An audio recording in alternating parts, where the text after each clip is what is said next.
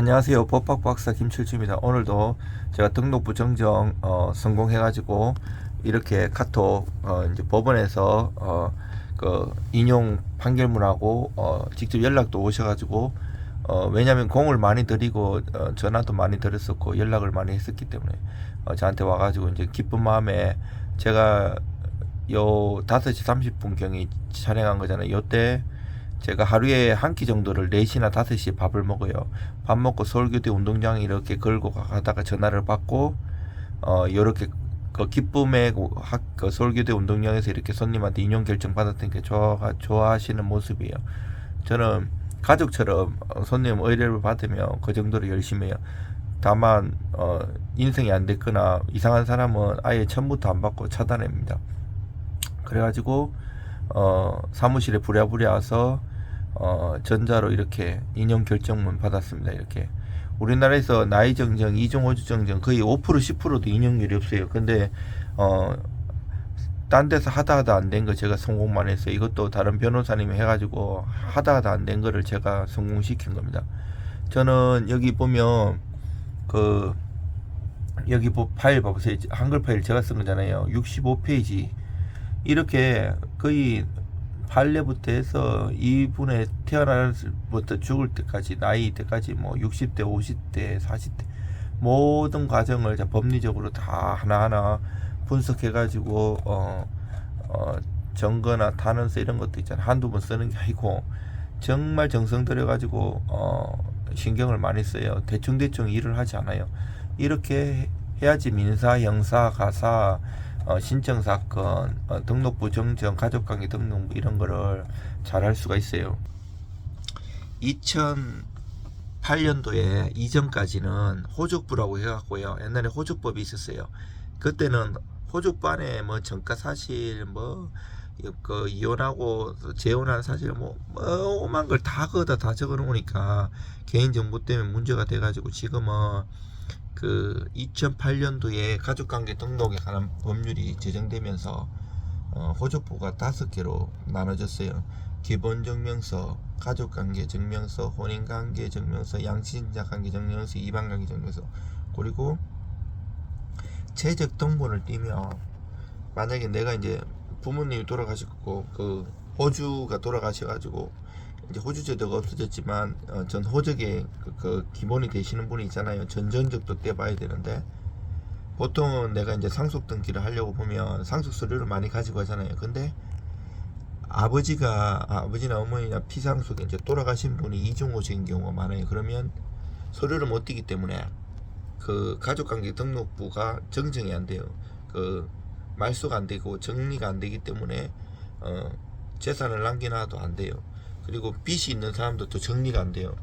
또 이런 경우도 있어요. 자녀 중에도 이름이 2명이 있다든지 전혀 모르는 사람이 있을 수 있어요. 평상시 안 보다가 나중에 아버지나 어머니가 돌아가셔가지고 떼보니까 뗄 때도 사실은 모르죠. 급하지 유심히 보는 사람은 없으니까.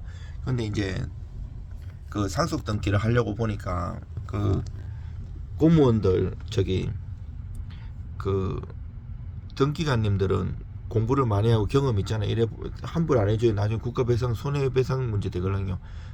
다른 사람이 자식이 하나 따로 있는데 걔한테 배제하고 하면 나중에 걔한테 소송 당하고 국가배상 소송도 많이 당하거든요. 그래서 대충 안 해줘요. 꼼꼼히 해요. 상속 등기 이런 것도 안 된 거 다시 정리해가지고도 많이 했어요. 이거 판결 받아오라 그러거든요. 그러면 어떤 경우는 제가 또 상담해 준 거는 71년생이 있고 72년생인데 이름이 똑같아요. 그런데 하나는 출생신고를 성북구에서 했고 하나는 도봉구에서 하고 다르잖아요. 그러면 아버지가 이제 어머니는 오래전에 돌아가시고 아버지는 최근에 돌아가셨어요. 요번 달에. 그러니까 6개월 내에 이렇게 재산 분할이라든지 상속관계 세금 다 정리를 하려고 하는데 이게 안 되는 거예요. 그래서 찾아오셨는데 이런 경우에는 여러 가지 문제가 있지만 실종선고 제도라든지 아니면 소송해갖고 이중호적을 정리하든 여러 가지가 있어요. 왜냐하면 71년생과 72년생이 동일이 일단은 법리적으로 아니에요. 근데 아니라면 이 사람을 죽여야 되는데 근거가 없잖아요. 그리고 또 이 사람을 동일이나 해가지고 없애버리려면 이것도 쉽지가 않아요. 둘 다 어떻게든지 어렵기 때문에 이거를 잘 입증을 해갖고 법리적으로 하는 게 중요하고요. 또 나이 정정, 등록부 정정도 굉장히 확률이 낮아요. 그렇지만 저는 엄청 많이 성공했어요. 요번에 성공한 것도 그렇지만 저는 뭐 이렇게 돈을 뭐 어디 찔러준다든지 부정적으로 하질 않아요. 찔러준다는 얘기는 들어본 적은 있는데 그걸 어디다 찔러주는지도 모르고, 그리고 요즘 공무원들이 돈을 받고 해주는 사람이 없어요. 큰일 날 얘기예요. 요즘은 위변조나 이렇게 뭐 어떻게 호적이든 뭐든 이런 게 어디 돈 주면 뭐가 하는 게 있나 봐요, 브로커들이. 근데 큰 신세망치요. 그런 거는 공문서 위변조하고 형사처벌 받아요. 그렇게 해야도 해주지도 않을 분들은, 저는 이게 진짜 이분이 억울한데, 물론 등록부 정정이든 나이 정정이든 이중호정이든 삼중, 저는 3중 4중도 해봤어요. 고모, 할매, 아버지 다 막 이중호적 된 거, 일가족이 된 것도 있어요. 이게 북한에서 오면서 아니면 다른 나라에서 오면서도 그렇고, 황해도나 이런데 전적이나 또 한국에 있어도 이중이 많이 문제돼요. 근데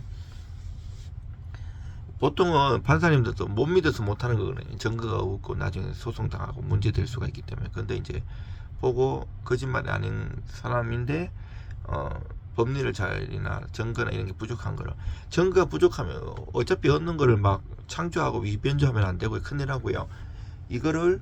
그거를 해야 되잖아요. 이 여러 가지 방법이 있어요. 뭐 이빨 이거 나이 측정이라든지 뭐 여러 가지 법리적으로 할 수 있는 것들이 많이 있고 또 방법도 많이 있어요. 그리고 또 만약에 뭐 인후 보정서나 이런 것만 생각하는데 그 친구들이나 여러 가지 이 사람 상황에 따라서 여러 가지가 있을 수 있고, 요즘은 카카오톡도 많이 쓰기 때문에 카톡 생일이라든지 실제로 살아가면서 나이들이 있을 수가 있고요.